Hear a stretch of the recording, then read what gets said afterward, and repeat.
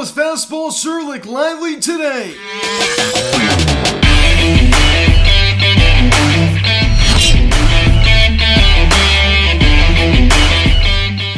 What is going on, everybody? Welcome to Phillies Sensitive Media. Today we're going to recap this afternoon's spring training game between the Philadelphia Phillies and the Toronto Blue Jays as the Phillies defeat the Blue Jays by a final score of 3-2. So it's nice to know that the Phillies will not be losing out to the Blue Jays in this spring training here in 2022. And I guess before you get into this video, please subscribe if you have not yet. Please share engage the bell. Please like this video, comment on this video, share this video, and let's get into this.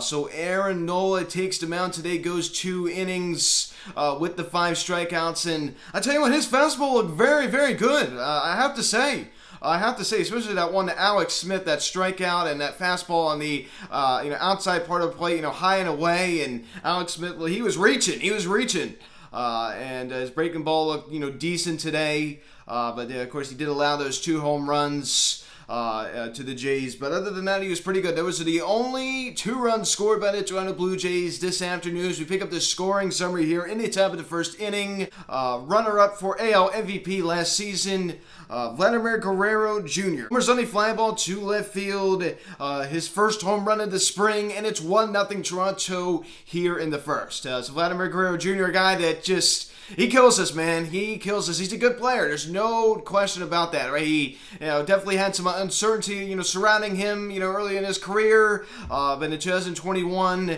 he came to form, and he was the player that, baseball all thought he would be. And he really wasn't all that great as it did at the beginning, but he's really, really putting it together. So 1-0 Jays. Then we pick it up, bottom of the first inning. JT Muto hits a sharp line drive to center Alex Smith, and he cannot handle it. He totally misplays it.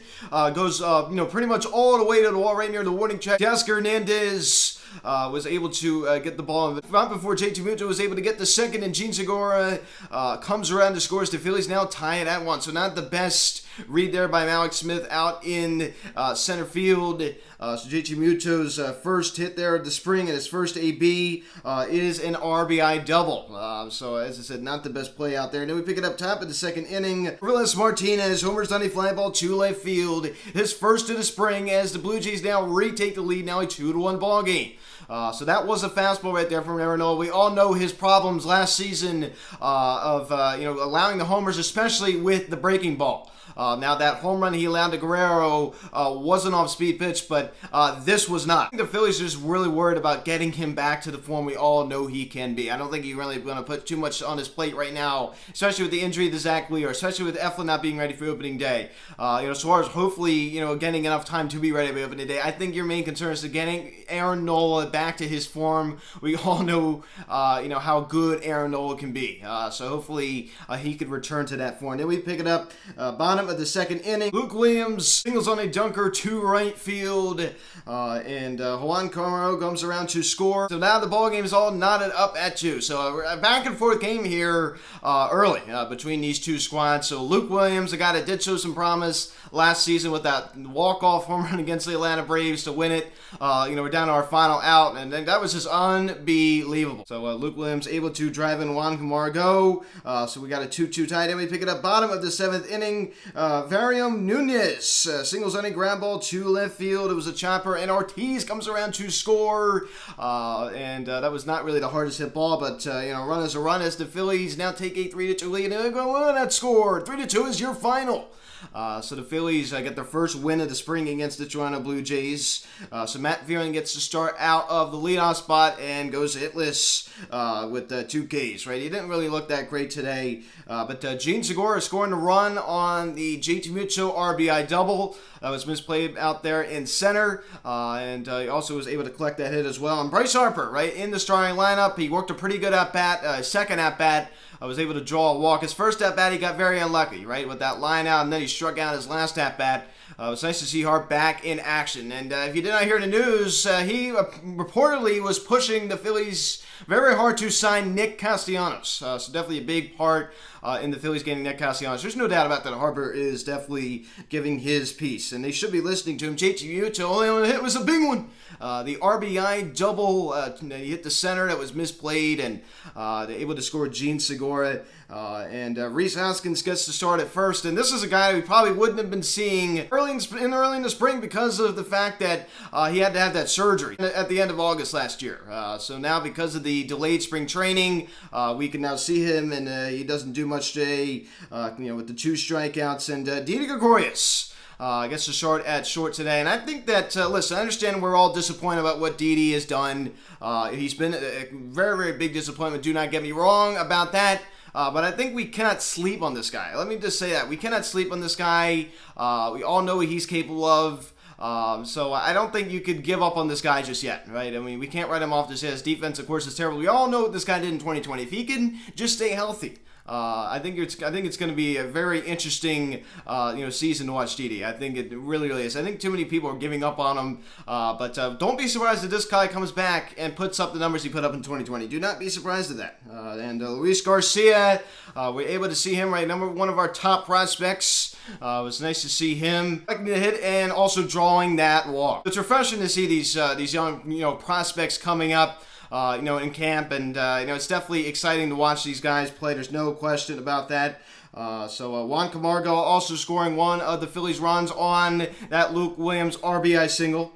We also got to see Adam Heasley as he got to start out in left field, and he didn't really do much today.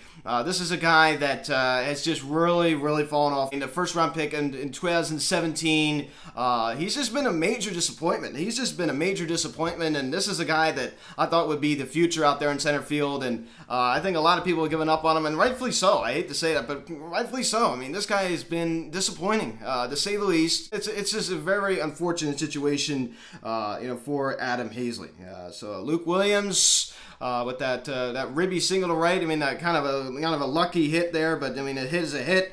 Aaron Nola start, as I talked about at the beginning, 2 innings, 2 hits, 2 runs, and 2 were earned. He didn't walk a batter, and he struck out 5. But he also allowed the 2 home runs. Of course, one of them being to the runner-up, in the MVP race in the American League, and Vladimir Guerrero Jr. But that fastball, as I said, I mean, it looked great, man. I mean, usually that fastball, he's not known for the fastball. He's known for the off-speed, but his fastball looked pretty good today. Listen, I mean, he's going out there with the short hair. He's trying to do something a little bit different, kind of a different look for Aaron. Hopefully he can return to his form in 2018. Honestly, in 2020, it wasn't bad either. Of course, as the season went on, it wasn't very good. But hopefully, he can get back to that form. And Nick Nelson, a guy you're probably going to be seeing get some time at the Phillies bullpen this season, as he goes in inning and allows a hit and also collects a strikeout.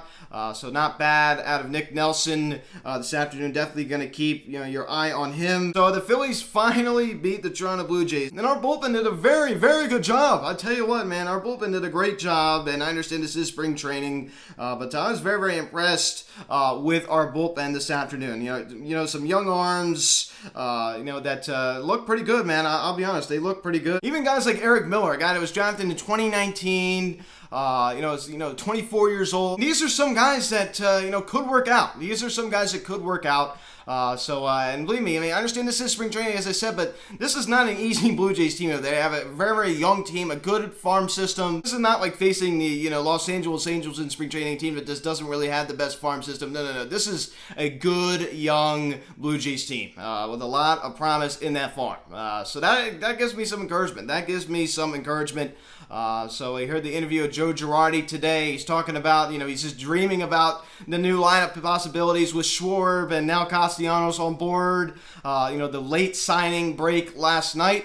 Definitely a lot of hype around this city right now with the signing of Nick Castellanos to a 5-year, $100 million contract. Not official just yet. I just can't wait to see these guys in spring training. I just can't. Of course, in the regular season, it's going to be even more fun. Some minor news here. The Phillies did sign catcher Alston Wins to a minor league contract. So that's more of a depth move. I don't really mind about it. It does look like Rafael Marchand will be our backup catcher. Switch hitter, a guy that showed some promise in 2020 when he was given some playing time due to JT Muto's injury. and it does look like he will probably get the backup catcher bid, and I'm okay with that. This is a guy that's going to be an upgrade over Andrew Knapp. Let me just say, he's going to be an upgrade over Andrew Knapp. Of course, Andrew Knapp also was a switch hitter, but this guy is going to be much, much better than Andrew Knapp. I can just tell you that right now. He did cool off at the, towards the end of the 2021 season, but just seeing him, just for a short period of time, you could already tell he's better than Andrew Knapp. That I can tell you. So it was nice to see JT today. Nice to see Bryce today. Just kind of got unlucky. Hey, it's spring training. It doesn't really matter that much. It doesn't really matter much. Even he got unlucky in the first at bat, but probably will not see him until Tuesday. That's my guess. I mean, that's our next home game against the Detroit Tigers at 105. As the Phillies travel tomorrow and go to Cool Today Park in Northport, Florida, to face the Atlanta Braves. Kyle Gibson takes the mound tomorrow to make his spring debut. He's going against Kyle Moore of the Atlanta Braves. Phillies against the Braves, right? I mean, a little rematch. Phillies second to last series of 2021, they got swept at Truist Park, so they're going to go to a little rematch with the Braves tomorrow at 105. So hopefully the Phillies can grab a win there on the road. And of course, spring training, obviously does not matter, but it's still nice to see a win. And Gibby, man, I hope he gets it together, because honestly, you saw what he did with Texas in the first half of the season. Even when he first came here, he wasn't bad, and hopefully he can get back to that form. That's all we want. We just want him to get back to that form. I mean, that's what we're hoping for. And honestly, go take a look at his career numbers. Not anything special. 2021 was just kind of a strange year for him. Even leading up to the time he was traded over the Phillies, he wasn't doing well. And then when he came here, his first couple starts, he was, pretty good. And then he slipped back to how he was right when he left Texas. That is it. The Phillies win 3-2 against the Toronto Blue Jays, and finally collect a spring training win against these guys. They lost a 3-game series against the Jays last May. That he won the first game of the series, so that was kind of nice. But I tell you what, I mean, it's spring training, but it was getting very tiring last spring, losing to these guys every single game. Of course, no exaggeration, they lost every single game on the Blue Jays last spring. So Aaron Nola with that fastball, I mean, I love it, man. We all know that Aaron Nola, even when he's going great, he's still, the home runs are up for him. He's just a guy that, usually allows a lot of home runs, but especially when he's not doing so well, and it's usually with the breaking ball. Just like hangs like a beach ball, and they're just salivating, waiting for it. It almost reminds me of the Rookie of the Year movie when that guy in the Mets, he just was just salivating. Oh my goodness gracious. They are just all over it. That needs to stop, right? I mean, he had good command on his pitches today. I mean, he was locating well. Definitely exciting, right? It kind of gave us a little taste of regular season. Not just yet, no Schwarb or Castellanos just yet. I mean, that's really going to give us a taste.